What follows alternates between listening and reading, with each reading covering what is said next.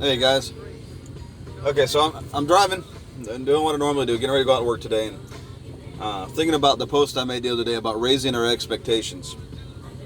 Coming out of Acts chapter 3, where John and Peter are going into the temple, going through the gate called Beautiful. There's a beggar that's been there 30 something years, been lame from birth, as Pastor Ken would say, broke, busted, and disgusted, right? And he's gotten used to his lifestyle, gotten used to the circumstances, gotten used to this is the idea and concept, this is the way it's always going to be. And, so he's there, somebody brings him there, drops him off, he begs alms, somebody picks him back up, takes him back home, whatever. And he was just trying to make enough to get by, right, to cover his food and whatever. And so Peter and John come by, and he's begging, he's got his head down, his hand out, he's not really looking at anybody comes by, because some of the circumstances that we go through in life will cause us to hang our head and to keep our eyes downcast, to where we won't look up, we won't look ahead, we won't look and try to see what's in front of us and what our opportunities might be. And the enemy uses those things, the hard times, those hard circumstances, whenever they come against us, to tear us down and to keep us back. And I love what Peter and John, told him. First off, they told him, hey, look at me. Get your eyes off your circumstance. Get your eyes off of what you've been going through. Get your eyes off of what you've been used to. You need to look up and look at something different. You need to change your perspective. You need to change your view. And, I really believe that speaks to a lot of us, especially right now with everything going on. We really need to change our perspective. We need to change our view. We need to change what we're looking at and get our eyes and our minds and our hearts and our focus back on Jesus. And Jesus says, hey, look here, look at me. Keep your eyes on me. And there's an old song that says, turn your eyes upon Jesus, right? I shared this other night at Freedom Group. It says, as you turn your eyes upon Jesus, the things of this earth will grow strangely dim. It's amazing whenever we turn our eyes towards Christ, how the things that are going on around us tend to not matter so much. Why? Because they're starting to lose their control over us. What you focus on, what you feed grows, guys.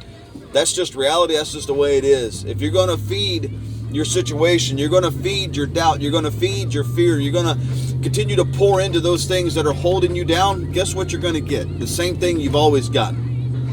You're going to stay broke, busted, and disgusted, because that's where your heart is, that's where your mind is, that's where your focus is.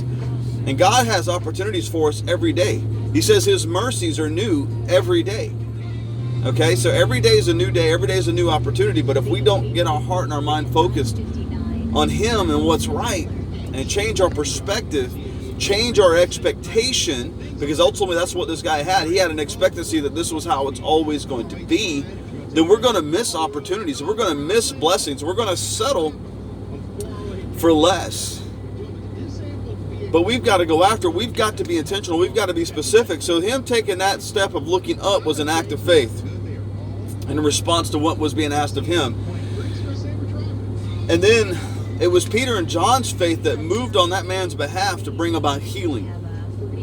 Because his expectation was, hey, look, I'm kind of stuck, this is the way it's always going to be.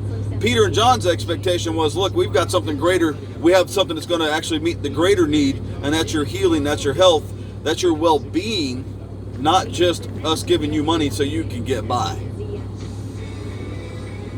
It says immediately he was strengthened, he got up, he danced, he began to praise the Lord, and he actually went into the temple with them. Okay? I think of another story that kind of goes along with this. Same type of scenario, except as Jesus this time, he's walking by, there's a guy again, been lame for years. He was at this pool. The reason why they went to this pool, because the angel would come down and stir the water. The first one in the water would be healed. Well, for whatever reason, this guy was at the top of the pool. And he was complaining, well, no one's going to help me.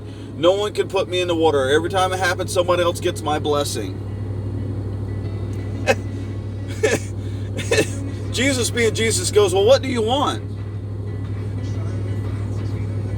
Because if you think about it, did he really want to be healed? Was he really motivated to receive healing? Or was he just used to, well, I'll just go and show up, and if it happens, it happens? Did he really want it is the question. So Jesus is asking, well, what do you want?